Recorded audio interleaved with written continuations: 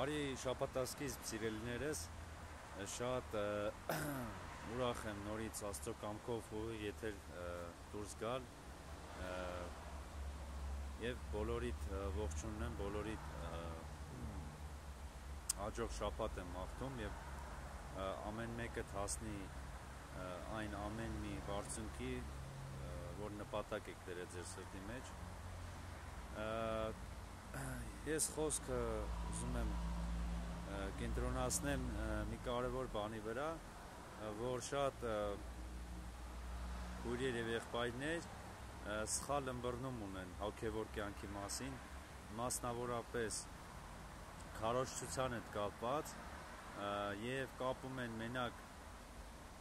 այն, որ քարոզչությունը գնում է եկեղեցիներում քահանաների կողմից,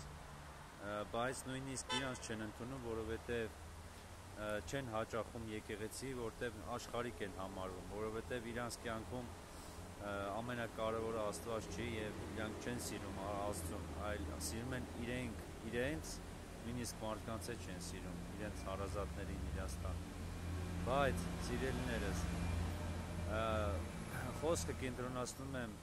անձամբ իմ վրա եւ ասենց ասեմ, ամեն մարդ ունի ազատ ընտրության իրավունք, ոնց որ Աստված է իրան ստեղծել, ունի իրավունք կտրելու չարը թե բարին, հավատքը կյանքում ստիպողաբար չի, ոչ էլ համոզելով է, ոչ էլ պատրադրելով է, սիրելիներ, բայց եթե օրինակ դուք ուզում եք ամուսնանալ հավատացյալ մարդու հետ կամ կնոջ հետ, սիրելիներ, շատ կարևոր է եւ ցանկալի է, որ ձեր երկրորդ կեսը, ով հավատքով է, նա ձեր մեջ տենա այն, ինչ Աստված է գտե իր մեջ, այսինքն նույն հավատքը, նույն այն սերը, որ փոխանցվում է, որպեսզի դուք լինեք մեկ մարմին։ Այսինքն ոչ միայն մարմնավոր, որպես լինեք ամուսիններ, աշխարհիկ մտածելով, այլ հոգևոր, որովհետև այս աշխարհը ժամանակավոր է, մենք կարող ենք իրար հետ միանալ եւ կյանքից հետո նույնիսկ նորից իրար հետ մենք լինենք Աստծո հետ եւ դա շատ կարեւոր է, սիրելիներս, որովհետեւ հավիտենական կյանքը Աստծո հետ է միայն դրախտում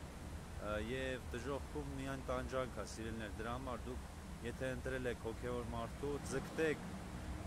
մի տարի, 10 տարի, 20 տարի, թե ինչքան ձգտեք դառնալ հավատքով, որովհետև հավատքը փրկում է ամեն ինչ։